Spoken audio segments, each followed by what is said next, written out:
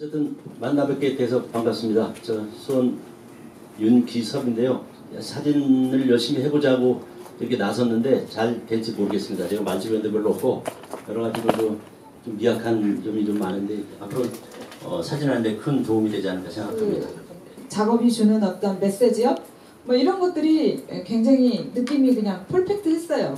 그래서 야, 요즘에도 이렇게 사진을 또 소화하는 분도 계시는구나라는 생각이 들었고, 그 다음에 이제 며칠 전에 그 화수공담을 한다 해서 그 다음 이제 다른 작업들을 쭉 보내주셨는데, 그때 뭐 섭리의 땅, 또 풍경 속의 풍경, 그리고 뭐 현대인 세 작업을 보게 됐는데, 아니 이분은 어떤 생각을 품고 있을까? 뭐 그런 생각을 했어요. 그 작업의 어떤 캐파가 굉장히 넓다는 생각을 했고, 우리가 다큐멘터리에 꽂힌 사람들은 다큐멘터리적인 어떤 작업을 한다면, 또 파인 포토 쪽을 하게 되면 또 파인 포토에 또 막 집중해서 하고 하는데, 사실 그 시화호에 대한 이야기는 어떻게 보면 굉장히 처절한 기록이기도 하고, 기록이면서 동시에 굉장히 파이널한 자기 내면의 어떤 고백 같은 그런 느낌이 있었고, 그랬고, 그 다음에 풍경 속의 풍경? 그거는 제가 조금 언급을 조금 덜 하고 싶은 부분이 있고요. 그 다음에 현대인을 보면서 뭐지? 뭐 이런 생각이 들었어요. 굉장히 생각이 많구나. 그리고 작업 욕구와 작업의 어떤 욕구가 굉장히 넓고 많다, 이런 생각을 했는데, 사실은 그 제가 제일 먼저 윤 선생님한테 질문하고 싶은 게, 어떤 작업이 가장 그 윤 선생님스러운 작업인가, 어떤 작업이 가장 나를 잘 대변했다고 이야기할 수 있는가, 그것을 한번 먼저 여쭙고 싶습니다. 저는 사실 개인적으로 어려서부터 좀 넉넉지 못한 가정에서 자랐기 때문에 좀 뭐라 그럴까 좀 버려진 것들에 대한 그 안타까움, 그리고 살아있는 동안 같이 살아가는 그 동시대 사람들이 너무 이렇게 좀 소외적인 면이 있으면 그분들한테 굉장히 동정심이 제가 많이 갔습니다. 그런데 그분들을 달래려고 한 그런 일들도 많았었는데, 어쨌든 사진을 표현하려니까 저렇게 살다 저렇게 죽으면 어떻게 되나, 또 수녀님들은 가정이 있는데 왜 가정을 버리고 수녀원에 갔나, 이런 반론적인 반론을 제가 생각하면서 나름대로 현실적인 뭐랄까 좀 동정애라 그럴까, 이런 것 때문에 제가 고민을 많이 했습니다. 그래서 지금 실질적으로 보여진 작품 중에서는 제가 가장 애착이 가는 게 작품 표현은 어떨지 몰라도 저는 이제 수녀님 쪽에 관심이 좀 많이 가 있습니다. 그래서 좀 뭐라 그럴까 좀 죽음보다도 더 이 세상을 희생적으로 살아가는 그런 분들에 대한 그런 그리움이 좀 있습니다. 저는 섭리의 땅일 거라고 생각했습니다. 왜냐면 섭리의 땅은 여기에 이제 우리가 슬라이드로 보니까 그 디테일이라든가 그 느낌이라든가 그 사진 작업이 갖는 아우라라든가 이런 것들은 사실 충분히 느끼지 못해서 사실 그게 조금 아쉬웠어요. 왜냐면 사진은 사진만이 갖는 맛이 있는 거거든요. 그래서 우리가 그냥 어떤 이미지를 그냥 프린트하는 것이 아니라 어떤 페이퍼로, 어떤 방식으로 어떻게 사진을 찍어서 어떻게 어떤 필름을 선택해서 어떻게 디벨로핑을 하고, 그 다음에 어떻게 인화를 하고 어떤 페이퍼를 선택할 것인가에 대한 모든 선택이 다 초이스예요. 모든 과정이 다 초이스예요. 그래서 하나의 파이널한 작업이 나오는 거거든요. 근데 저는 아까 그 오래된 필름, 저도 뭐 학교 다니고 이럴 때 그런 거 굉장히 재밌게 작업을 했었던 기억이 있고, 오래된 필름에서 느껴지는 어떤 아주 특별함에 대한 저도 굉장한 추억이 있어요. 그래서 그거에 대한 애정도 있고 그거에 대한 특별함에 대한 느낌을 갖고 있는데, 그런 것에 대한 교감이 지금 우리가 함께하지 못한다는 게 사실은 아쉬웠어요. 그래서 제가 지금 이제 생각하는 건 뭐냐면, 이런 만약에 토크나 이런 작업들을 보여줄 수 있는 기회가 있다면 포트폴리오를 진짜 보여줘야 되겠다라는 생각이 들었어요. 그래서 정말 자기 방식대로 인화된 그 이렇게 안아 이렇게 작업을 해서 사진을 직접 보여주는 그래서 사진의 어떤 느낌을 갖게 해주는 그런 과정이 조금 이게 전시 작품은 작품에서 직접 어떤 아우라나 이런 것들을 느낄 수가 있는데 슬라이드로 보니까 그런 부분이 제일 아쉽다는 생각을 했고 저는 이제 선생님은 뭐 죽음을 표현했다 죽음이 굉장히 중요한 컨셉이었고 그 다음에 풍경 속의 풍경도 역시 죽음이 컨셉이었다고 이야기를 하는데 저는 그 윤 선생님한테 느끼는 그 죽음이라는 게 어떤 몇 개의 작품에서는 죽음보다는 오히려 저 안에 희망이 있지 않을까라는 생각이 오히려 더 들었고 그 풍경 속의 풍경도 역시 마찬가지였고 섭리의 땅도 역시 마찬가지였습니다. 그 선생님이 생각하는 그 죽음이 굉장히 따뜻한 죽음 같다라는 느낌이 사실은 들었고 그 특히 이제 풍경 속의 풍경 같은 경우는 우리가 사진에서는 앵글이라든가 렌즈라든가 또 프레이밍이라든가 이런 것들이 굉장히 중요한 요소인데요. 렌즈를 대체로 보면 평이한 렌즈를 썼어요. 표준 렌즈의 뭐 전후 표준계의 렌즈로 촬영한 걸 봤고 대부분의 저런 그 다큐멘터리적인 작업에 굉장히 그 임팩트를 강하게 주고자 한다거나 그럴 경우에는 관광 렌즈를 씁니다. 관광 렌즈를 쓰면 막 어마어마한 그 심리적 확대감, 뭐 위기감, 막 쫓기는 느낌, 정말 죽음에 대한 두려움 이런 것들이 훨씬 더 쉽게 표현이 돼요.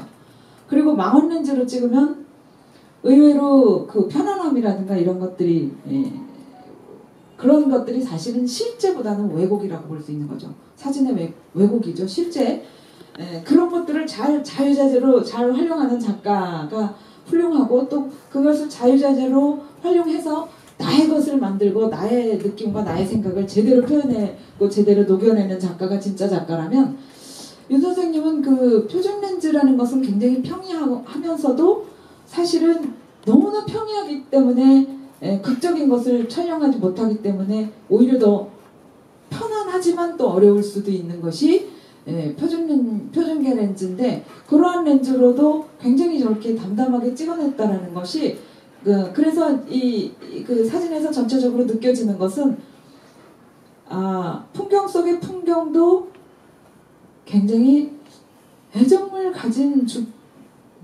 그 풍경을 애정을 갖지 않으면 이런 풍경을 담아낼 수 없겠다라는 생각이 사실은 들었어요. 저는 그 지역이 어딘지도 모르고 어떤 위기감이 있는지도 사실은 잘 모르지만 그 사진 속에서는 오히려 선생님은 죽음을 이야기했지만 저는 사진 속에서 느껴지는 것은 마치 그 풍경이 내가 그냥 내 옆에 풍경 속에 내가 옆에 있는 것 같은 그런 느낌이랄까? 그러한 느낌이 있어서 오히려 죽음이라는 표현보다는 미래에 대한 걱정 그리고 우리 시대에 대한 염려 이런 것들이 따뜻하게 녹아져 있는 것은 아닐까. 그래서 내가 저는 사실 윤 선생님을 개인적으로 뭐 크게 만나거나 이런 경험이 없기 때문에 그냥 느낌으로만 있는 분인데 이분이 속마음 굉장히 따뜻한 분은 아닐까 이런 생각을 사실은 조금 하게 됐어요. 사진을 전체적으로 보면서.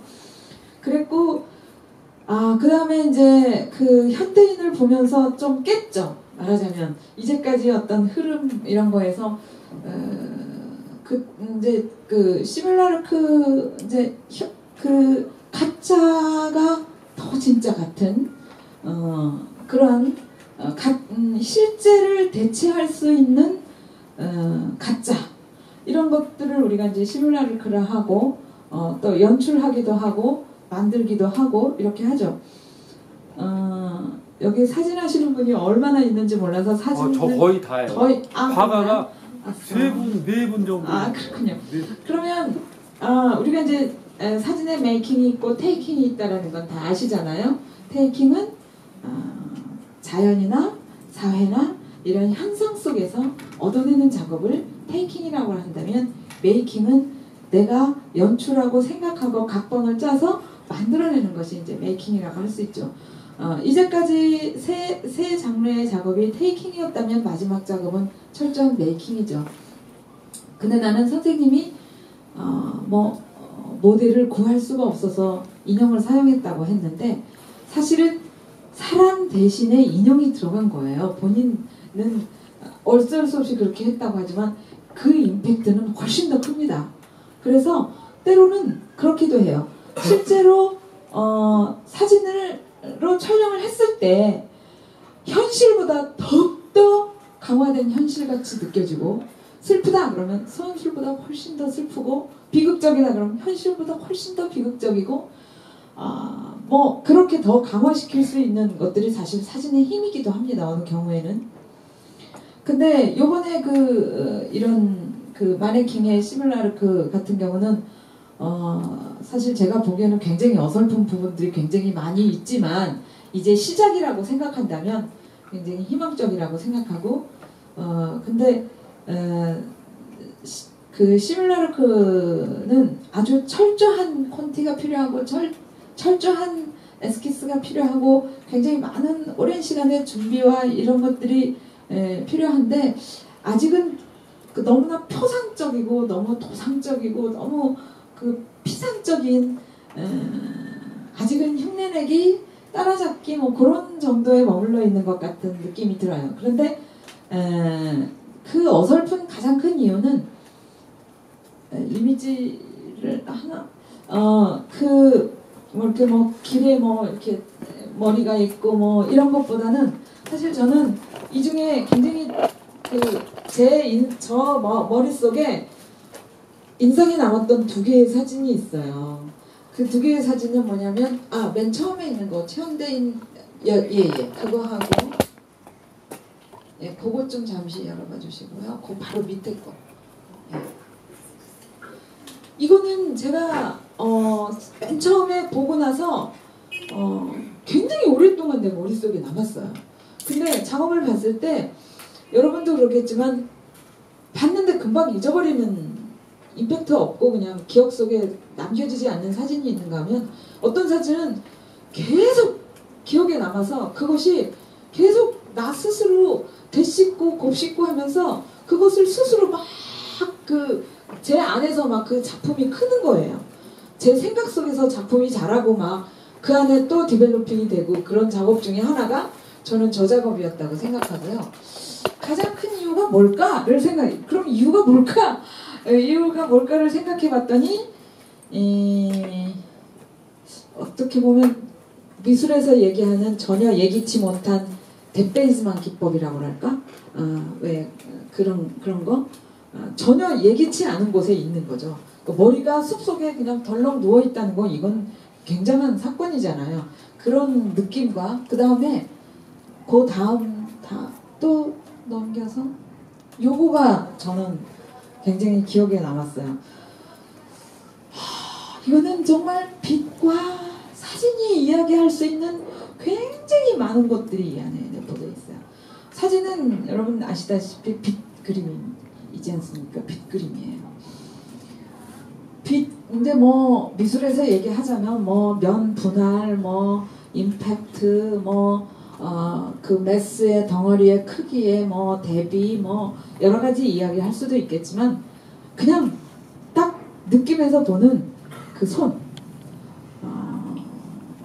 그리고 손이 딱 잡고 있는 어떤 그 계단 같은 이런 것들이 사진적으로 너무 그 표현이 임팩트가 있는 거예요. 저는 사실 랄프 깁슨의 사진을 굉장히 좋아합니다. 랄프 깁슨 혹시 여러분 아시는지 모르겠지만 제가 대학교 다닐 때 랄프 깁슨의 작품집을 처음 봤는데 깁슨의 썸넘블러스트라는 작품과 데자뷰라는 작품 혹시 여러분이 보실 기회 있으면 보시게 되면 제 마음을 조금 이해할지 어떨지 모르겠어요. 근데 그 데자뷰하고 썸넘블러스트라는 작품집을 봤는데 가슴이 너무 뛰고 가슴이 너무 아려갖고 일주일 동안 정말 그 흥분 상태를 제가 유지했었던 기억이 남는데 그때의 그 흥분을 생각나게 하는 바로 그런 작업인 것 같습니다. 그래서 원래 작품은요 촬영을 기획하고 그 다음에 그것을 이제 정말 파이널하게 구현하고 그 다음에 이제 사진으로 만드는 여러 가지 과정을 통해서 사진을 만들었을 때 이 작품은 100cm 곱하기 100cm로 할 건가 100cm 곱하기 200cm로 할 건가 40cm 곱하기 40cm로 할 건가 사이즈까지 자기가 계획할 수 있어야 되고요. 그 다음에 아까 이야기했던 그 랍 깁슨의 그 작업은 편집 능력이 정말 대단합니다. 그 작품집을 이렇게 넘기면서 보면 첫 번째 장에서 느꼈었던 그 느낌이 바로 그 다음 장으로 연결이 되면서 스토리가 생겨요. 그러니까 마치 이런 거죠. 한 장의 사진이 있을 때는 각각 따로의 의미가 있지만 두 장의 사진이 놓였을 때는 한 장과 한 장 사진 사이에 틈이 있어서 그 틈이 다시 또 큽니다. 그 틈이 크면서 또 다른 생각을 연출해주죠. 또 다른 생각을, 또 다른 생명력을 갖게 해줘요. 그러니까 틈이라는 건 굉장히 중요한 겁니다. 그래서 한 장과 한 장 사이의 그 틈, 이것이 그냥 단순한 여백이 아니라 그 두 장의 사진을 더욱더 가치 있게 해주는 그런 역할을 해주는 것이 틈입니다. 그래서 편집이 굉장히 중요한데요. 그래서 내가 사진을 디스플레이를 한다면 1번, 2번, 3번, 4번 이것도 정확하게 자기가 계획할 수 있어야 돼요. 그런 다음에 사이즈는 어떻게 이거는 어떤 임팩트로 보여줄 것인가. 그리고 더 나간다면 나는 액자는 어느 액자를 해야 할 것인가. 그렇게 해서 하나의 완성된 자기 작업을 만들어내는 게 완성이라고 생각하고요. 저는 그냥 이 정도 하고 또 이제 토크를 하면서 진행을 하고 거기에 이제 시리즈에 대한 이야기가 디테일이 들어가면 그 디테일에 대해서 조금 더 이야기하고 선생님께 마이크를 넘기도록 하겠습니다. 4개의 시리즈가 주제의식이 달라서가 아니라 피사체를 이해하는 방식이 거리가 너무 멀어서 어떻게 하나로 통일감 있게 한 작가의 작품을 볼 건가 이해하기 전 단계입니다. 그게 이제 문제가 됐고 두 번째는 작가가 피사체를 어떻게 해석하고 있는가. 그래서 최종적으로 작품이라는 형식으로 우리한테 보여줄 때 우리는 뭘 봐야 되는가. 그러니까 작가의 의도를 맞춘다는 게 아니라 작가의 작품을 볼 때 내 맘대로 보는 것이 가장 일반적인 첫 번째 태도고요. 두 번째는 작가가 보여주는 방식을 궁금해하는 게 두 번째 태도인데 두 번째 태도를 어떻게 쫓아갈 수 있는가 하는 문제가 있었습니다. 첫 번째 제가 이제 저한테 걸었던 과제는 작가는 사실에 대해서 진술하지 않는다. 그러니까 이게 기본적으로 다큐멘터리 기법을 활용하되 다큐멘터리성을 배제한다는 이론적 결론이 만들어져요. 시화호 사진을 보면은 중요한 소재는 분명히 소멸해가거나 죽음을 연상시킬 수 있는 소재인 건 분명한데 그건 뭐 어린아이도 슥 지나가면서 보더라도 금방 찾아낼 수 있는 거니까 그렇게 작품을 만들지는 않았을 것이다. 근데 좀 더 이렇게 시간을 들이고 궁금해하면서 보니까 놀랍게도 그 지면을 찍는데 굉장히 높은 위치에서 조감하는 방식 같은 느낌으로 자기 피사체를 해석하고 계시더라고요. 그리고 그 결과는 우주 공간에서 무엇을 이렇게 보는 것 같은 그런 느낌으로 이제 표현을 하셨고 그것이 풍경 속의 풍경이건 이렇게 중심에서 밀려나 있는 피사체들을 잡으셨는데 거기에서도 유사한 느낌들을 계속 이제 전달하려고 해요. 대표적인 게 굉장히 평범하고 보잘것없는 풍경을 굉장히 스펙타클하게 이제 뭐랄까 앵글로 그렇게 처리를 하고 있는 것들 많이 발견하게 됐고요. 아마 대부분의 사진 찍으시는 분의 대부분의 태도가 눈길을 잘 주지 않는 소재에 집중해서 우리가 일반적으로 알고 있었던 것들을 뒤통수 치는 다른 거를 보게끔 해주는 그런 기법들을 활용하시는데 여전히 그런 기법은 활용을 하되 결과적으로 앞에서 설명드렸던 것처럼 관점의 이동을 의식해야지만 윤기섭 작가의 작품이 보여주고 싶은 걸 따라갈 수 있겠구나. 그 힌트를 좀 주고요. 수녀일기는 전통적인 다큐멘터리 기법이긴 한데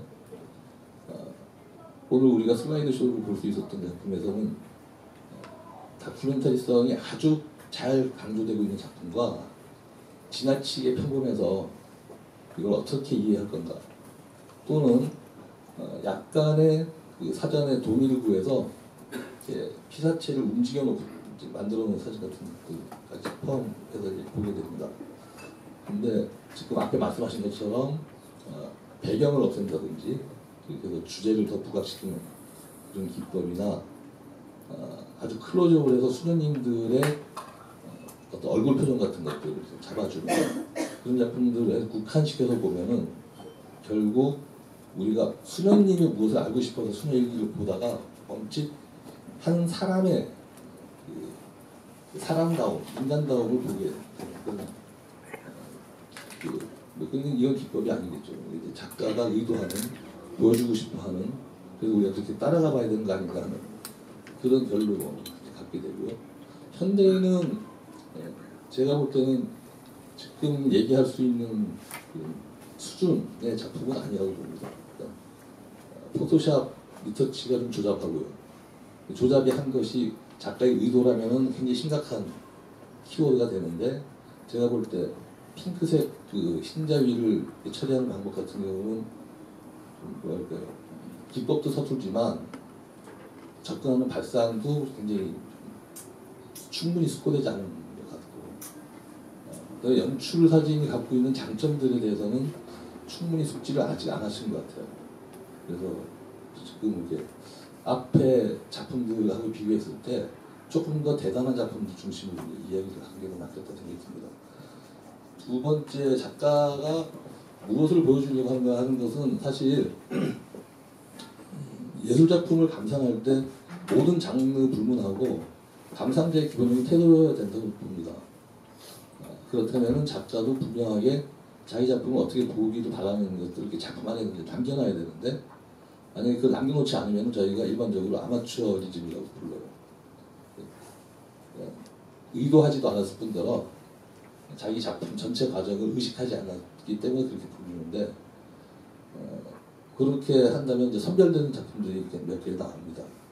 가령 시카고에서 사체가 분명히 드러나는 작품 같은 경우는 의도를 굳이 따라갈 필요가 없는 거죠. 그러니까 이게 이제 고도 사진에 해당하는 것이고, 그다음에 작가의 주제 의식과 관계없이 소재가 마치 주제인 것처럼 착각하게 만드는 이런 기법은 사실 보도 사진에 준하는 편집 라인에서의 선택이에요. 그러니까 작가의 선택에서는 곤란하다는 생각이 들고요. 그러니까 반대로 얘기하면 사진 기법 때문에 전혀 다른 결과물처럼 보여지게 한다든지, 그게 이미 작가가 그렇게 의식하고 전체 과정을 장악했다는 의미니까, 아까 말씀드린 것처럼 우주공간처럼 보여주게 하는 우연한 결과일 수도 있고요. 작가의 아주 치밀한 계산하에 나온 결과일 수도 있는데, 전자의 경우는 비평 라인에 올라올 수 없는 거니까 그것은 지켜두고, 그렇다면 작가가 의도한 것을 또 상정을 하고 따라가다 보면은 그러한 작품들 중심으로 다른 그 시리즈에서도 뭔가 이렇게 연결점들이 분명하게 나오는 그런 것들을 찾아가야 되겠다, 그렇게 생각을 보게 됩니다.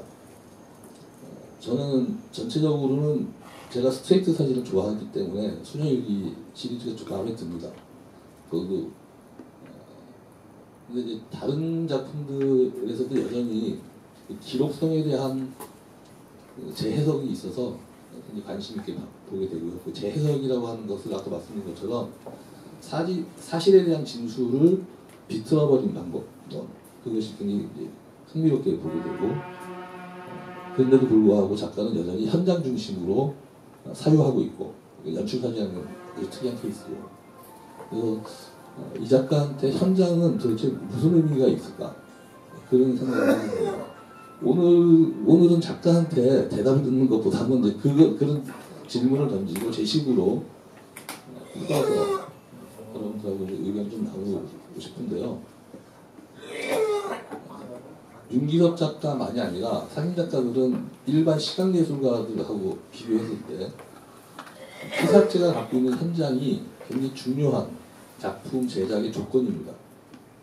피사체가 놓여있는 현장을 해석하지 않으면 그냥 덜렁덜렁 사진기술가들하고 차이가 안 나타나는 거예요.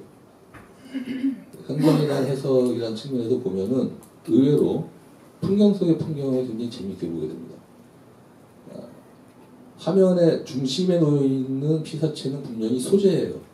작가가 이런 소재 저런 소재를 선택할 수 있고 집중할 수 있고 일정 기간 동안 그것이 반복될 수 있는데 그 소재가 갖고 있는 최소한 비평적 관점에서 이해할 수 있는 소재의 의미는 사라져가는 것, 이런 의미라기보다는 그 피사체와 그 피사체가 놓여있는 현장의 관계에서 작가가 어떤 메시지를 얻기에 적합한 것으로 판단됩니다. 근데 재밌는 것은 환경을 고발한다든지 또는 한국 사회 현실에서 생기는 그 부조리 같은 것들이 고발당하고 있다든지 이런 것들이 나타나질 않아요. 만약에 무슨 과도한 개발 지상주의 어떤 현장을 고발하려고 했다면은 피사체를 저렇게 놔두면 안 되겠죠. 풍경의 자연스러운 어떤 요소처럼 이렇게 등장시킨단 말이죠. 때로는 아까 뭐 작가가 직접 설명할 때 피사체와 사진 찍는 그 찰나의 빛의 문제 잠깐 언급했었는데 대체로 보면은 작품을 위해서 빛을 어떻게 선택하고 이해하는가는 그게 전반적으로 중요한 요소가 아닌 걸로 보여집니다. 작품에서. 그렇다면은 철저하게 현장에 대한 이해를 우리가 일반적으로 접근할 수 있는 방법과 다른 방법을 선택하신다 라고 이제 이해할 수밖에 없고, 그것이 이 작가, 그것이 옳은가 그른가의 문제가 아니라 이 작가의 작품을 이해하는데 얼마나 적중시키는 방법론인가 하는 쪽으로 이제 생각할 수밖에 없거든요. 그런 의미로 생각을 해봐도 여전히 저한테는 풍경 속의 풍경 시리즈가 좀 색다르게 읽혀집니다. 문제는 제가 이제 이렇게 생각해놓고, 문제는 오늘 이 화승문 가서 얘기할 때 대부분의 사람들이 사진 기법적으로 본다면은 제가 주장하는 거에 동의하기 어려울 거다. 흔한 사진으로 분류하자면 제일 흔한 사진이다. 근데 이거를 어떻게 제가 이런 식으로 생각합니다에 동의를 구할까 고민하다가 찾아낸 말이 작가의 노트에 보니까 시뮬라크에 대한 언급을 했어요. 정확하게 그 말은 가상입니다. 우리나라에서 번역할 때 가짜로 번역을 했는데, 근데 이 가상에 대한 아이디어를 서양 사유에서는 굉장히 중요하게 생각을 해요. 우리가 동양에서 그렇게 생각한 적이 한 번도 없었는데, 오늘날 우리가 이제 서양 사람들 사유를 많이 따라가니까 우리는 생활에 배어들지 않은 독특한 개념을 막 어거지로 이해를 하는 거죠. 서양 사람들한테는 그 그리스도교가 그 생활 문화 안에 깊숙이 들어왔다는 이유 하나, 그다음에 2000년을 끌고 왔었던 아주 그 깊은 사유의 핵심적인 내용들이 그리스도교 문화 안에서 생활로 습득되어 있었다는 것을 놓쳐서는 이해 못합니다.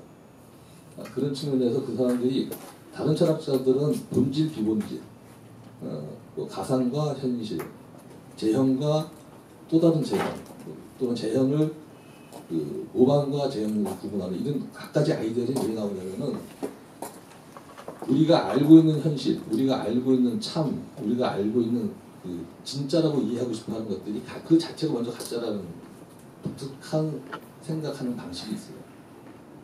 플라톤은 그걸 이데아라는 말로 설명을 했고요. 그리스도교에서는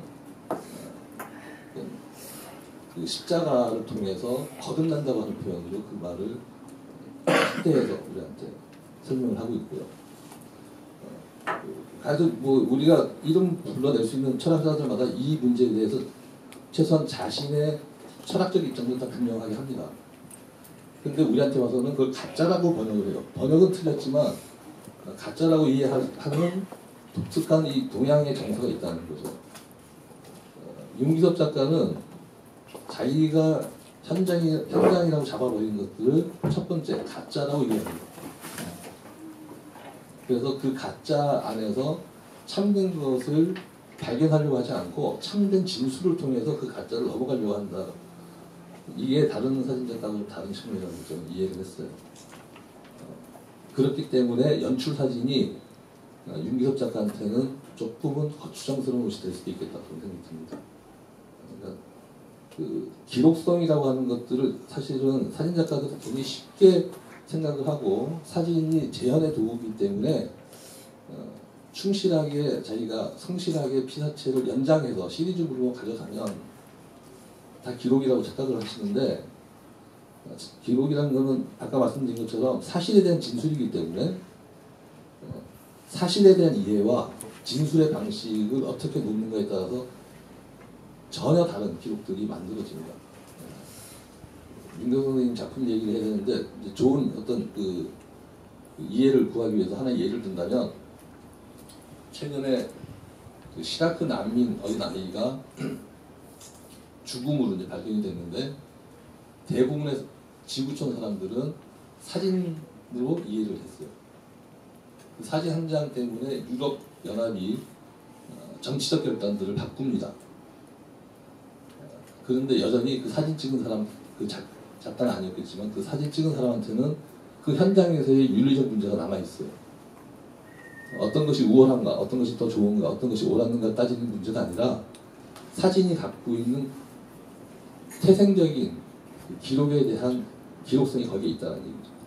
그래서 작가는 자신이 알고 있는 것이 아니라 자신이 확신을 가지고 기록성에 대한 책임이 있는 자기 태도를 결정해버려야 돼요. 근데 이제 윤기섭 선생님 작품에서는 그런 것들이 발견됐었는데 왜 연출 사진으로 확장을 하시는지가 좀 궁금하기도 하고, 물론 저는 이 대답을 이 자리에 꼭 듣고 싶은 건 아닙니다. 전반적으로 그래서 이 작가가 갖고 있는 굉장히 좋은 장점 또는 뭐 좀 더 이렇게 불투명하게 말하지만 느낌을 전달한다면은 기록성에 대한 힘 이런 것들 많이 느꼈어요.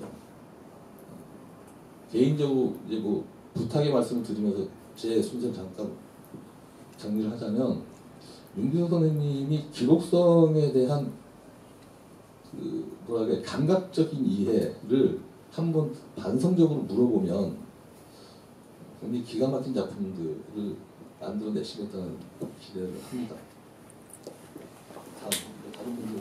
앞서 이섭 선생님께서 말씀하셨던 어떤 사진작가의 윤리적 선택에 대한 부분에서 좀 더 덧대서 이야기를 하자면, 이야기를 해볼 수 있다면 제가 아까 그 수녀 연작 시리즈에서 보여지는 부분에서 작가의 그런 윤리적 태도라는 거에 대해서 좀 어느 부분 일정 정도에 대한 그런 의구심을 가질 수 있는 부분이 있는 것 같다는 생각을 좀 했어요. 그러니까 이를테면 윤기섭 작가님이 조명을 하고 있는 그 수녀라는 이미지가 너무나 분명하게 보는 사람으로 하여금 제시가 되잖아요. 그 부분에 있어서 어찌 보면은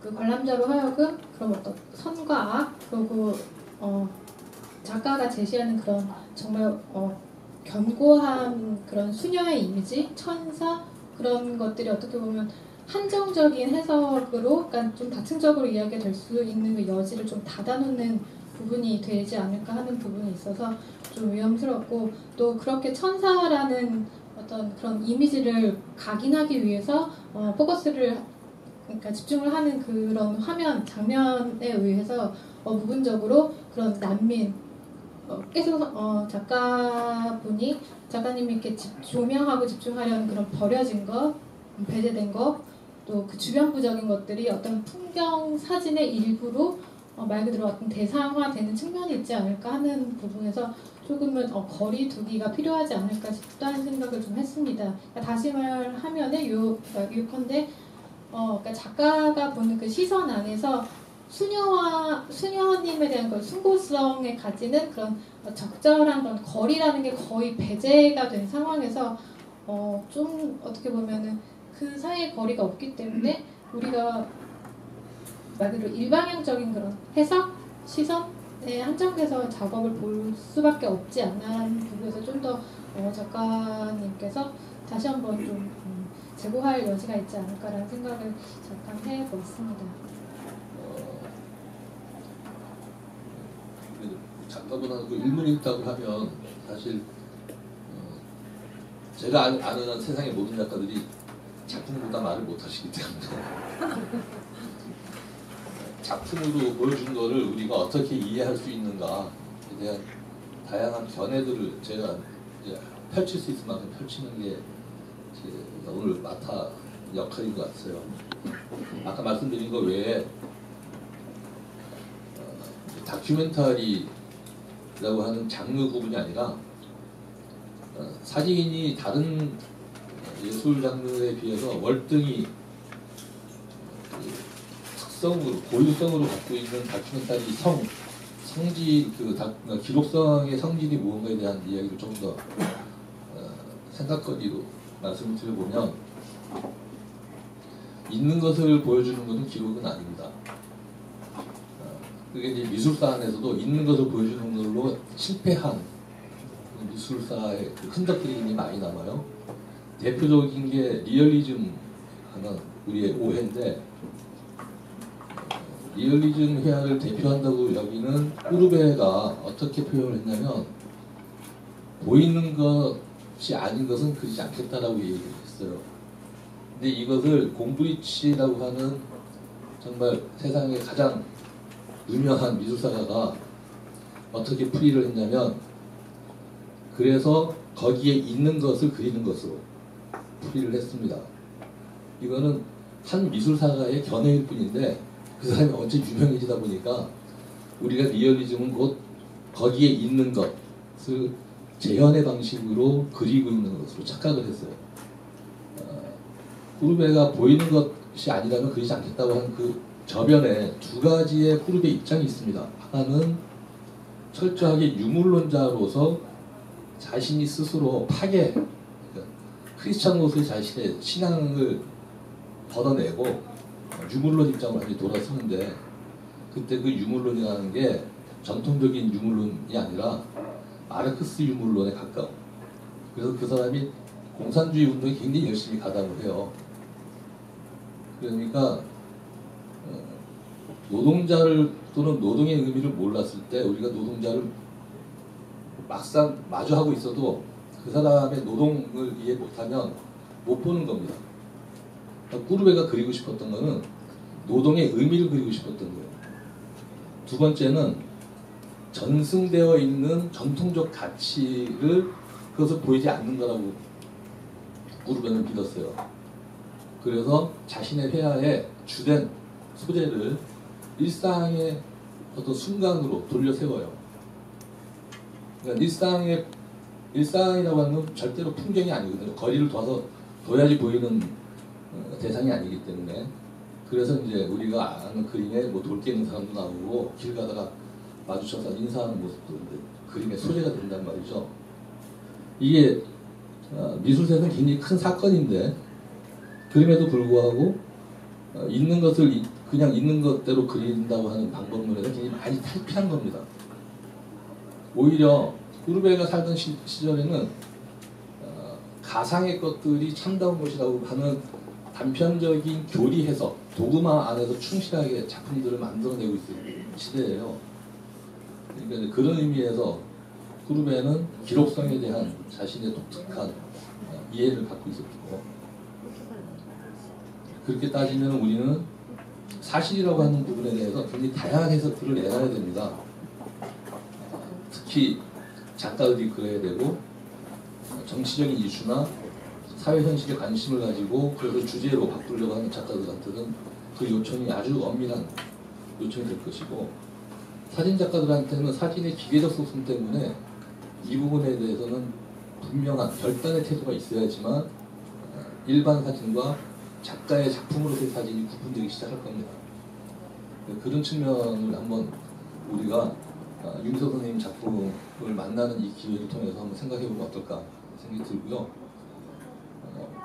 아마도 이 부분은 거의 모든 사진 작가의 작품을 이해하기 위해서 접근하는 첫 번째 통로가 되지 않을까 싶습니다.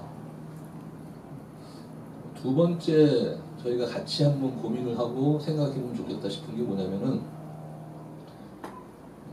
작품에서 보여지는, 이건 뭐 회화도 그렇고요, 사진도 그렇고 하다못해 종종 디자인에서도 그런 문제가 발견되는데, 작가가 주제라고 얘기하는 것이 실제로 주제로 작품에서 작동되고 있는지, 아니면은 관심 있는 소재가 주제라는 말로 변형되고 있는지, 이걸 한번 좀 고민을 해보면 작가의 작품을 읽고 해석하고 그다음에 작가의 보여지는 방식에 따라가는 자기 태도들을 결정하는 데 도움이 될 것 같습니다. 작가분들은 자신의 작품에서 이게 주제다 이렇게 편하게 말씀하실 수 있어요. 그 권한이 있어요. 근데 저희 같은 사람들한테는 그것을 다시 되물어 봐가지고, 작가는 비록 주제라고 표현했지만 이게 중심 소재인지 구분해내야 되는 사회적 의무가 있습니다. 윤기석 선생님이 전반적으로 보여주는 작품의 중심 소재는 맨 앞에 우리 시화호를 이제 주제로 삼았다고 하는 그 작품에서 보면은, 우리가 의미를 부여하기 전에는 단순한 정보로만 우리한테 알려지는 것들, 그것들이 실제로 우리한테 전달하고자 하는 것들을 우리가 제대로 알고 있나 하는 것이 주제의식이에요. 제가 이해하는 한. 그래서 그것을 압축했을 때 죽음, 소멸 이런 식으로 이제 작가는 뭔가 이렇게 발상을 하셨던 것 같아요. 죽음이라는 건 뭐 작가분도 작가 노트에서 이렇게 설명하신 것처럼 공교롭게도 자신의 죽음을 모릅니다. 그런데도 불구하고 자신의 죽음을 아는 것으로 평생을 살죠. 이거는 그래서 끊임없이 아마 예술의 무한한 주제가 될 것 같아요.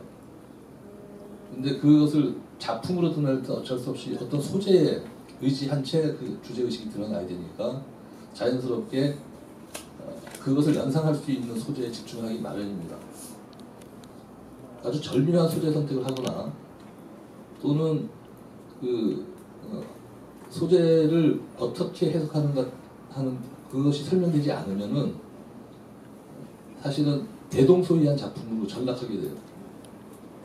그래서 굳이 어떤 작가의 작품은 그 예술 작품으로서의 그 지위를 획득한 반면에 어떤 작가의 작품은 그 지위를 획득하기도 전에 우리 시야에서 사라지는 그런 현실적인 경험들을 갖게 되는데, 윤기석 선생님은 우리가 이제 작품을 볼 때 지금 어떤 위치에서 그 해석을 내리고 있는지를 궁금해할 필요가 있다는 거죠. 지금 뭐 물론 작가도 스스로 늘 그것과 고민하고 싸워야 되겠지만, 감상자들 입장에서도 그 문제를 항상 이렇게 의식하고 궁금해하면서 작품을 보면은 훨씬 더 풍부하게 그 작품을 감상할 수 있지 않을까 싶습니다. 개인적으로는 선생님은 싸움 거는 방법 아니면 하여튼 타켓에 대한 조정은 잘 해놓으신 것 같아요. 근데 그것이 때로는 소재의 그 선택을 너무 단순한 방법, 단순한 뭐랄까 자기 시스템 안에서 선택해버리는 바람에 약화되고 있고, 더 깊이 들어가야 될 순간에 사진의 외형적 완성도 때문에 더 들어가지 못하는 경우도 발견되는 것 같습니다. 일일이 뭐 어떤 작품 떠나서. 근데 이제 반대로 그런 것들이 상당히 극복되어서 이런 작품이 참 좋습니다라는 느낌을 주는 거는, 시화호 시리즈에서는 아까 말씀드린 것처럼 전체적으로 다른 느낌을 완벽하게 재현이라는 방식으로 우리한테 돌려주는 것. 아까 제가 이제 표현하기를 우주공간을 보는 듯한 느낌을 줬다가, 그런 측면에서는 제대로 된 타켓이 만들어진 것으로 이해가 되고요. 풍경 속의 풍경 같은 경우에 아까 말씀드린 그 스펙타클화 시키는 그런 방법론이 굉장히 주요할 거다라는 생각을 여전히 갖게 됩니다.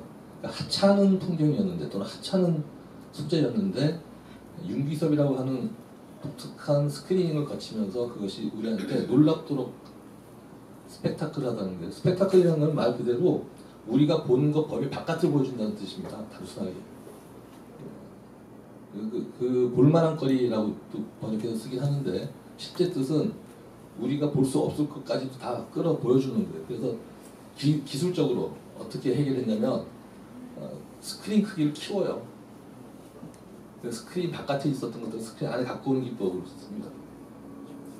사진으로 돌려 말하면 광각 렌즈를 써서 우리가 인간이 갖고 있는 140도 바깥에 있는 것들을 한눈에 볼 수 있게끔 만들어주는 단순한 기술, 이 스펙타클이라고 하는 방식에 적합한 기술이긴 해요. 근데 의미론적으로 다가가면 아주 작은 것을, 그러니까 마이크로 세계를 확대시켜서 보여주는 것도 하나의 방법이고요. 그래서 마이크로 세계라는 것은 우리가 사실 안 보인다는 이유 때문에 없는 것처럼 여기고 살던 사람들한테 충격을 주는 거예요. 또는 윤경 선생님 작품처럼 하잘 것 없는 것이라고 생각하는 것들을 그렇게 다시 보게끔 해주는 거고, 보는 방법의 전환을 갖다가 작품에도 보여줍니다. 여기서는 사실 소재가 중요하지 않습니다. 중심 소재가 중요한 게 아니라 어떤 것도 그 자리에 갖다 놓고 이렇게 보겠다고 하는 자기 보는 방법들을 충실하게 작품에서 재현해내는 거죠. 이런 측면들은 우리가 윤희석 작가의 작품을 볼 때 굉장히 보는 재미를 계속 가속시키고 심층시키는 중요한 요소가 아닐까 생각합니다.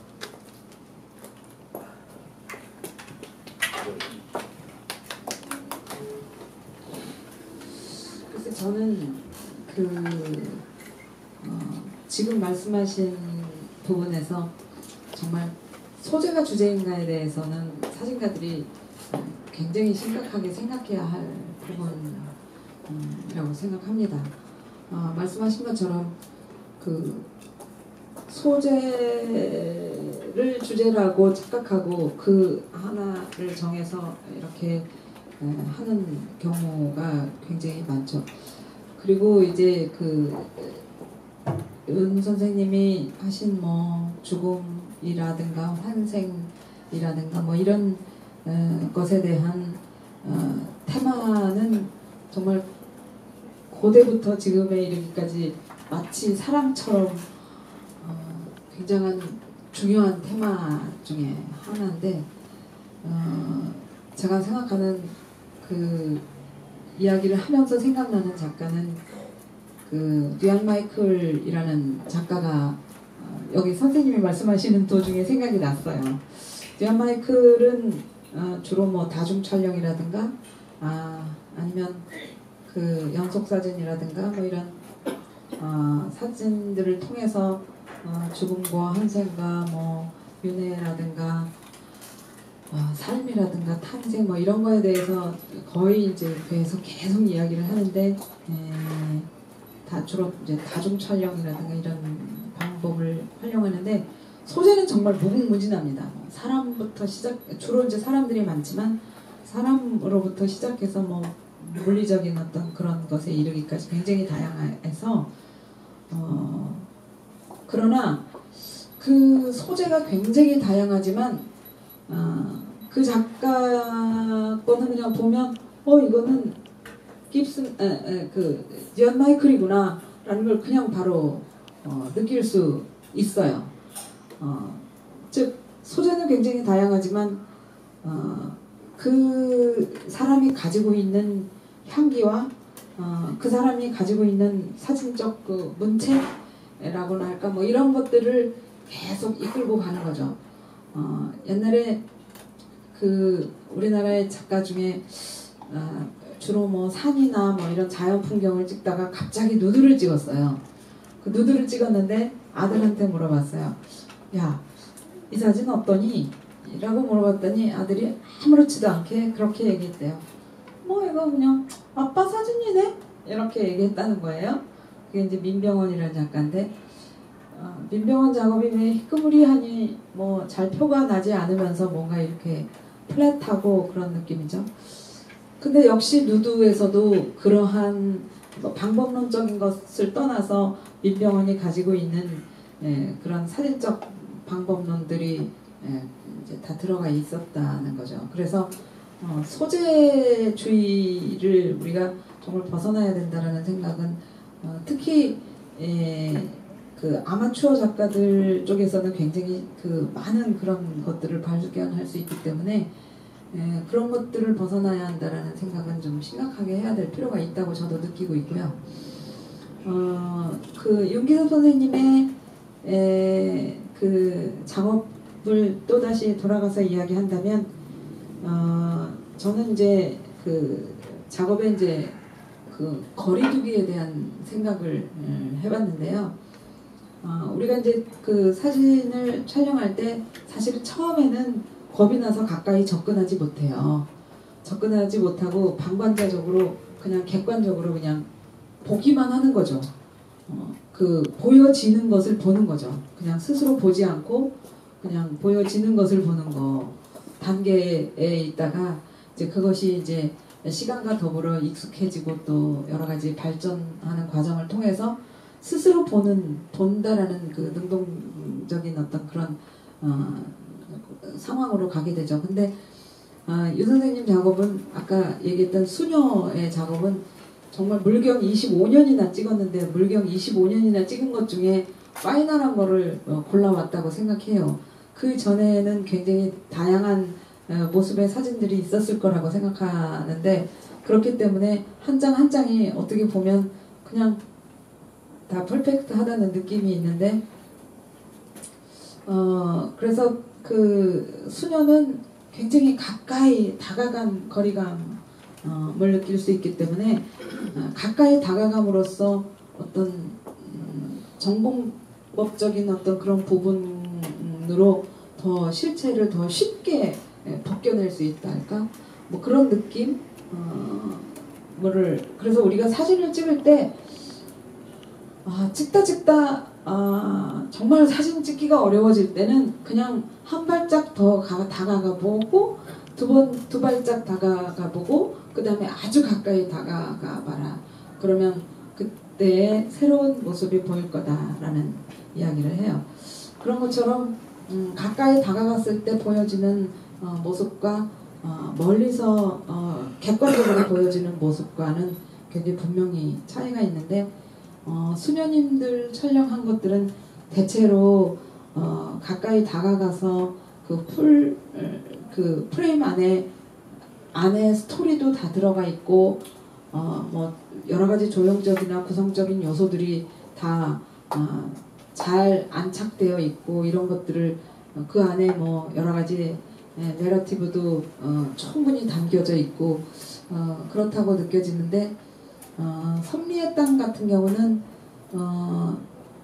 굉장히 섭리의 땅을 보면서 처음부터 끝까지 같은 느낌을 쭉 가지고 갈 수 있었어요. 물론 여러 가지 그 톤의 문제라든가 이런 것을 통해서 공통된 어떤 교감이 있었기도 했지만 그것이 바로 거리감이었던 것으로 저는 이제 느낌을 해석을 했습니다. 질문은요. 저는 불교 사진 찍고 있는데 윤기섭 씨가 굉장히 이렇게 사진 잘 찍는지 몰랐어요. 저도 오랫동안 이렇게 사진 작업을 조금 쉬고 그래가지고 몰랐는데 저는 수녀일기에 저는 이제 불교 사진 찍다 보니까 더 좀 관심이 있어요. 그래서 수녀일기 중에서 어떤 거를 더 이렇게 넣으면은 더 좋을까? 뭐가 부족한 부분 같은 거 있으면은 제가 도움이 되겠어요. 우리나라에서만 있는 아주 독특한 현상 중에 하나가요. 작가분들이 궁금하면 작가분들이 작품으로 해결하시면 되거든요. 근데 자꾸 이론가한테 물어보신단 말이에요. 저희는 작품이 한 장 있어야지 머리도 쓰고 몸도 쓰기 시작하는 거지 저희가 먼저 움직이지 못합니다. 태생적인 제한이 있어요. 이 직업이. 작가분이 푸셔야 되는 문제인데요. 근데 이제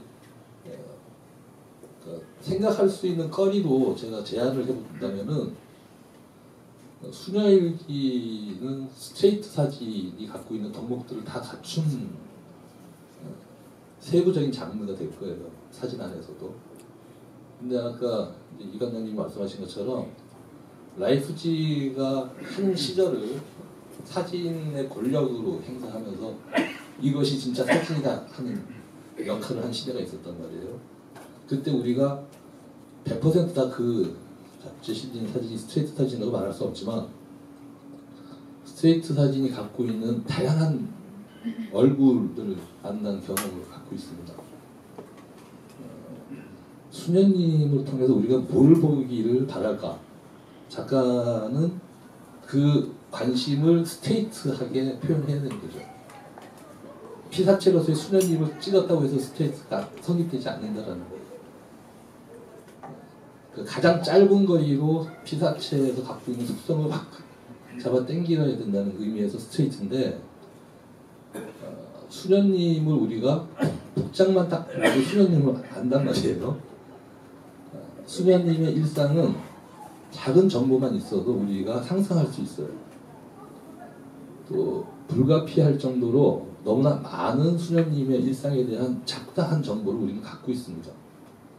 그래서 굳이 어떠한 작가의 시각에 잡혀있는 수녀님을 만나려고 한다면 그 작가가 그 수녀님을 어떻게 이해하고 있는가를 보여주는 거죠. 저는 윤기서 선생님 작품에서 아까도 말씀드렸듯이 이거 참 스트레이트 사진이 아니면 갖기 힘든 힘이다라고 느꼈던 게 수녀로부터 인간이 이렇게 빠져나오는 몇몇 작품들, 그러니까 인간성이 수녀님을 통해서 이렇게 보여지니까 굉장히 많은 걸 생각할 수 있었어요. 그거는 스트레이트 사진이 아니면 피사체에서 끄집어낼 수가 없는 거거든요. 근데 이제 아마도 윤기석 작가님이 신실한 신자이기 때문에 피사체를 너무 좋게 시작하신 것 같아요. 너무 좋은 모습. 근데 작가는 사실 그런 측면에서는 좀 내곡하게 세상에 나만 보여줄 수 있어 하는 자기의 그 위로가 있어야 됩니다.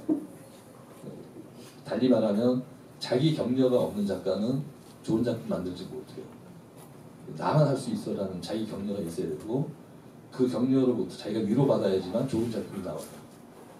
근데 윤기석 선생님의 작품에서 그 부분이 잘 드러난 작품보다 나는 수녀님을 너무 좋아 하는 작품이 일단 수적으로 너무 많다라는 게 약간 불만입니다.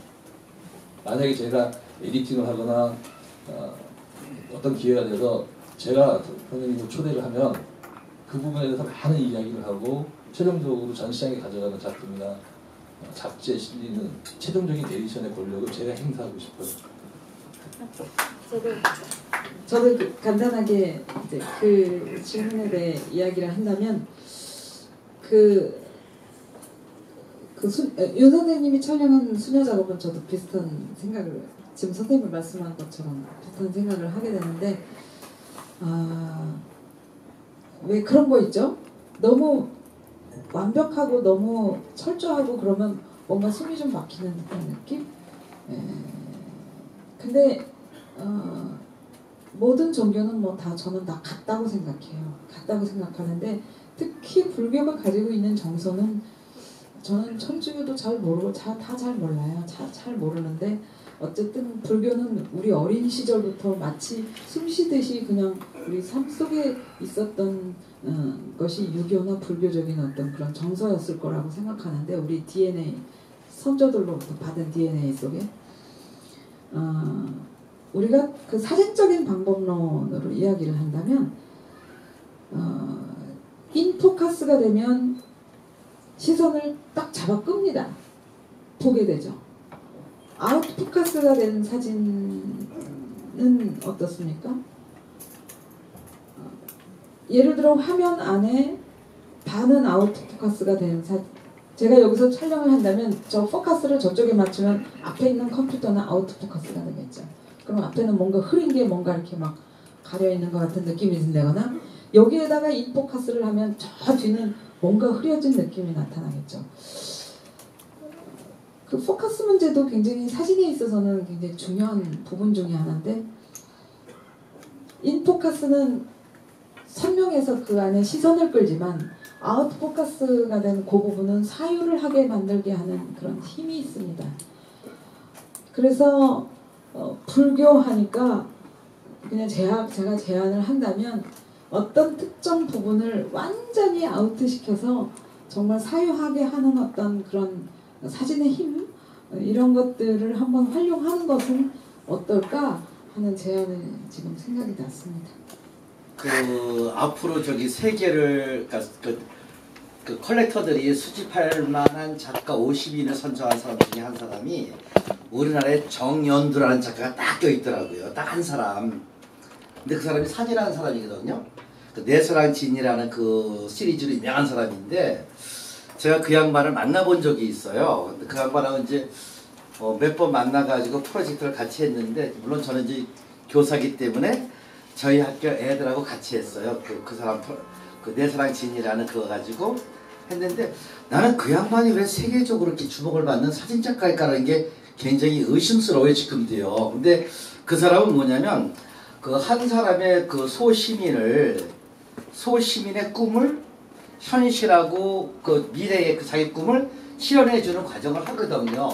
혹시 그 양반 아시는 분이 있을런지 모르겠지만 아시죠? 그 양반 누군지. 근데 그 양반이 어떻게 보면은 이제 현재의 모습, 내가 주유소의 주유원이라면은 그 주유하는 모습을 사진을 찍어요. 그리고 내가 만약에 뭐 카레이서라면 그 똑같은 포즈로 해서 그 카레이서가 되는 장면을 이렇게 재현해서 또 찍어주거든요. 근데 어떻게 보면 가상적으로 그 한 소시민의 그 꿈을 이루어지는 사진을 이렇게 연출해서 해주는데 그것이 왜 세계적으로 주목받는 작가가 됐을까라는 게 똑같은 연출인데 그게 굉장히 저는 캐셔마크거든요. 그래서 물음인데 거기에 대해서 어떻게 생각하시는지 우리 두 분께 질문하고 싶습니다.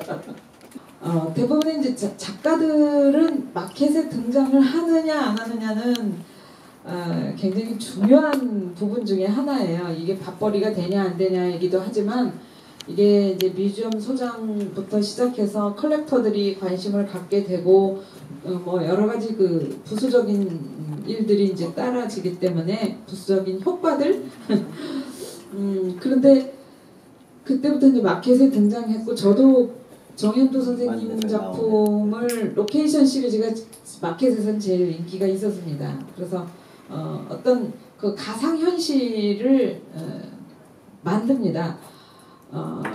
그래서 이제 그 모든 것을 설치를 합니다. 예를 들면 산 위에다가 큰 뭐 이렇게 테이블 같은 거를 만들고 그래서 그 다음에 이제 그것을 촬영을 하게 되는데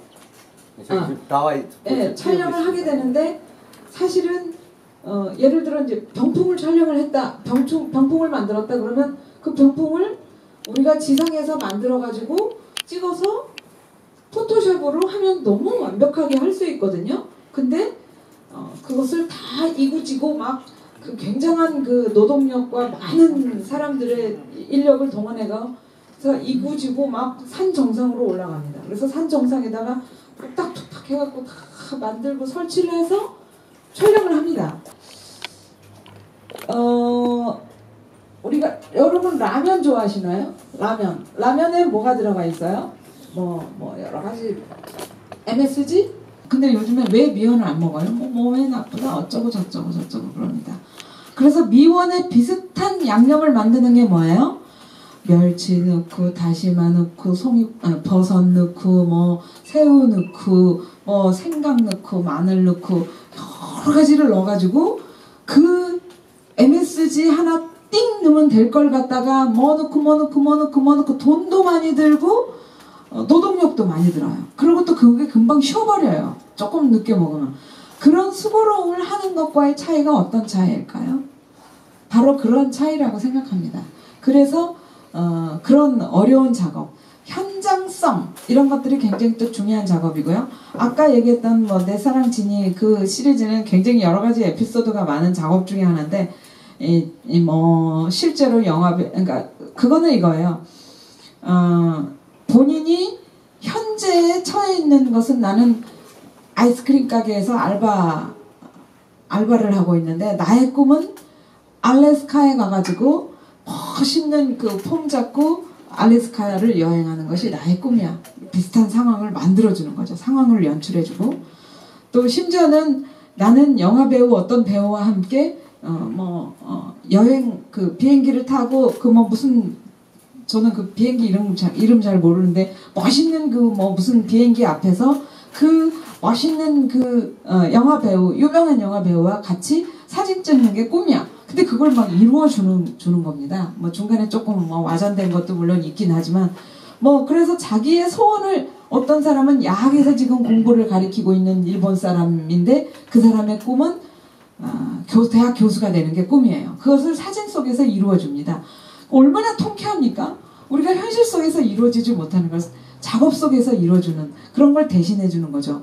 그래서 그리고 또 이제 국립현대에서는 또 이렇게 설치를 뭐 직접 하고 뭐 굉장히 많은 인력이 동원되고 여러 가지 뭐 것들이 많지만 하여튼 정현두의 작가는 그 개념이라든가 그 현대성에 대한 정말 정확한 것을 이해하고 있고 그것을 제대로 여러 가지 방법론을 적용해서 잘 표현하고 있고 무엇보다도 자기 개념이 굉장히 확고하고 또 평론가가 또 그 정현두 선생님을 보는 관점을 또 조금 들어봐야 될 것 같은데 정현두 선생님은 사실 며칠 전에 제가 어떤 큰 사진 행사에 한 100 몇 명 모이는 사진 행사에 포트폴리오 리뷰어로 같이 참석하면서 이런저런 이야기를 많이 했었던 적이 있었어요.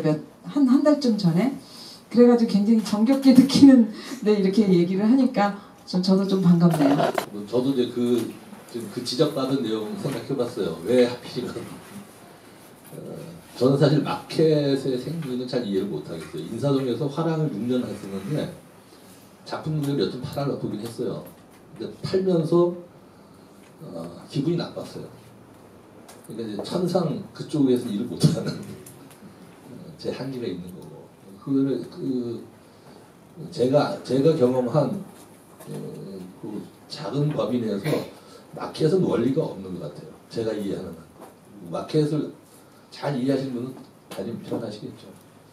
정현두 작가는 어쨌거나 50인에 들든 안 들든 굉장히 중요한 작가인 건 분명하고요.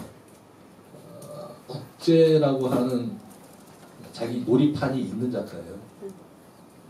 근데 수원에 와서 제가 작가들 만날 때 또는 화수공단에서 얘기 몇 번 했었던 걸로 기억하는데 수원에 와서 만났던 작가들도 사실 어떤 모멘트가 없어서 그 판을 바꾸는 기회에 잘 마주치지 못하셨던 것 같다는 그러니까 아쉽게 생각하는 작가들도 더러 있습니다.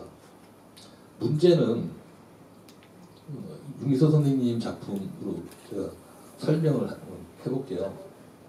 작가의 작품에서 진정성이나 성실함 같은 게 보입니다. 근데 이게 19세기, 20세기 초반의 작가의 덕목이었어요.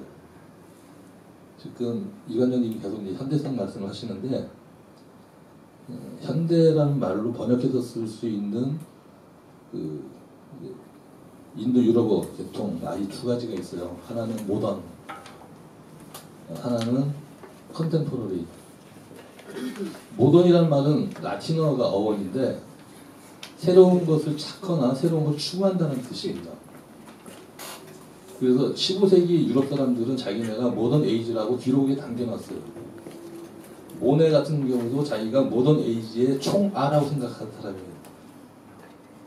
그러니까 모던이란 말은 끊임없이 자기가 새로운 걸 추구하고 있거나 새로운 것을 성취했을 때 스스로 느낄 수 있는 그런 의미에서의 용어고요. 그거를 이제 불가피하게 우리한테 현대 또는 근대 이렇게 이제 번역해서 쓰는데 미술사에서는 모던은 이제는 근대로 번역해서 쓰는 게 일반화되어 있습니다. 컨템포러리라는 말은 어떤 시간과 사건을 중첩시켜서 그것을 공유했다고 하는 공유의식을 말하는 거예요. 우리나라 말로 동시대라고 번역해서 사용하는데 근데 미술사를 찬찬히 들여다보시면 재미있는 어떤 사태를 발견해요. 미국이 국제미술의 흐름을 주도할 때 컨템포러리라는 말을 전면에 내세웁니다. 그리고 뻔뻔하게 1945년부터 이렇게 해요. 컨템포러리 아트 해놓고 1920년대부터라고 하는 어떠한 미술사 책도 없어요.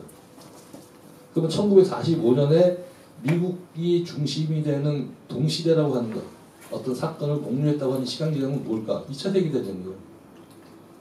2차 세계대전에 패자든 승자든 거기 직접 관여했었던 나라는 컨템포러리 아트의 원천이에요. 그래서 일본 작가는 태생적으로 컨템포러리 아트의 대표 작가로 나갈 수 있고 한국, 버마, 포르투갈, 스페인, 스웨덴 이런 작가들은 거기 들어가기 힘들어요. 자, 그러면은 컨템포러리로 부르던 모던으로 부르던 어떤 말로 선택을 하는. 그러면 작가가 자기 작품을 할 때 진정성이 나쁘다가 아닙니다. 이미 너무 낡은 틀이어서 그걸로 주목받지 못한다는 걸 이미 알고 그런 결단을 내리셔야 돼요. 그럼에도 불구하고 나는 진정성을 버려서는 작품 못하겠다. 달리 말하면 진정성을 포기해서라도 모던한 것들을 내가 쥐겠다고 하는 것도 전략이 될 수 있다는 거죠. 근데 지금 대부분 마켓에서 우리의 그 관심을 유발시키는 작가들의 대부분은 기본적으로 모던한 것들에 대한 추구, 모던한 것을 그러니까 새로운 것을 우리한테 보여주는 능력이 대단한 작가들인 거 분명하고요. 특히 형식적인 측면에서 더욱 그렇습니다. 컨템포러리를 의식하는 작가들은 컨템포러리를 재해석하는 쪽에서 굉장히 두각을 나타내요. 쉽게 두각을 나타낼 수밖에 없죠. 왜냐하면 어차피 정치, 경제, 사회적 상황에서의 컨템포러리 아트라고 하는 말이 태어났다면 이제는 그걸 문화적으로 해석해줘야 되거든요. 근데 다행스럽게 포스트 모던이라고 하는 분위기가 일어나면서 세계 동시다발로 이 컨템포러리를 재해석하고 있어요. 근데 웃기는 거는 우리나라 작가들이 컨템포러리를 해석하지 않아요. 거의 끼어들어요. 곁들여서 이렇게 가기는 하는데 더러 그런 작가들이 발견되는데, 그렇다면 작가들이 이제 컨템포러리라는 말을 어떤 사태에 내가 저 사람과 한국 사회와 일본 사회가 동시대인가 질문하고 동시대라고 하는 확고한 자기 대답을 갖고 작업을 한다면은 포커스를 맞춰지겠죠. 그 작품, 그 작가의 예술 행위 자체가. 거꾸로 여쭤보고 싶은 게 그런 것들을 의식하셨느냐는 거예요. 아마도 안 하셨을 거예요. 외국물을 먹어야지 이걸 의식하는 건 아닙니다. 의식할 수 있는 기회가 왔을 때 의식하는 게 제일 좋고, 윤기덕 선생님 작품을 돌아가서 보면 수녀일기를 카톨릭 신자로서 인간화시키는 작업으로 가져가요. 그것이 천주교, 종교, 신앙, 수녀보다 더 보편적이기 때문에. 그러면 싸움판을 크게 펼칠 수 있어요. 그래서 지금까지 한 작업에 수녀님을 좋아하는 자기 감정을 다 배제하고 아주 드라이하게 수녀님을 인간화시킬 수 있는 작업을 한다면 그건 컨템포러리가 될 수 있어요. 다른 지역에 다른 문화에서 다른 경험을 갖고 계신 분들한테 충분히 소통 가능하기 때문에 그렇습니다. 만약에 시하오 작품으로 돌아가서 얘기한다면 환경 문제를 의식하고, 환경 문제를 의식할 때 제일 좋은 키워드가요, 지속 가능성이에요. 이건 1980년대 초반에 유엔에서 공식화시킨 말이거든요. 아무 때나 붙이는 말이 아니라 지구를 가만히 놔뒀다가는 공멸한다. 근데 그 공멸의 원인이 지구를 자원화 단지로 생각하기 때문에 그렇다. 그러니까 자원을 계속 뺐으면 공멸하니까 자원을 적당하게 쓰자. 적당하게 쓰는 방법 등으로 지속 가능성이라는 아이디어를 갖고 나갔어요. 그러면 시하오 사건을 한국 사회의 한 단면으로 보지 말고 지속 가능한 사건으로 본다면 피사체가 달라져야 될 거예요. 작가 입장에서는 굉장히 많은 정성과 노력을 들여서 아까 나와서 말씀해 주신 것처럼 작가가 굉장히 공을 들이고, 아까 선생님한테 여쭤봤더니 왜 이렇게 인화 상태에서 주는 색감이 독특합니까? 그랬더니 굉장히 복잡한 작가의 프로세스로 설명해 주셨어요. 굉장히 중요하고 대단한 일이지만 지속 가능성 문제를 부각시킬 때는 사실은 중요도가 떨어지는 문제일 수도 있어요. 그러니까 작가가 뭘 선택하고 자기 판을 어떻게 만드느냐가 결정적이라는 거죠. 첫 번째가. 물론 두 번째는 저희 같은 사람들이 작가를 어디까지 끌어올릴 수 있는 이론적인 기반, 그 다음에 사람들한테 스토리텔링에 비평적 관점에서 스토리텔링의 라인 어떻게 구성하느냐 하는 것도 문제가 되죠. 그런 측면에서는 저희 같은 사람들이 그 예술판에서 비평적인 지평들을 정확하게 만들지 못한 것도 하나의 죄스러움이긴 합니다.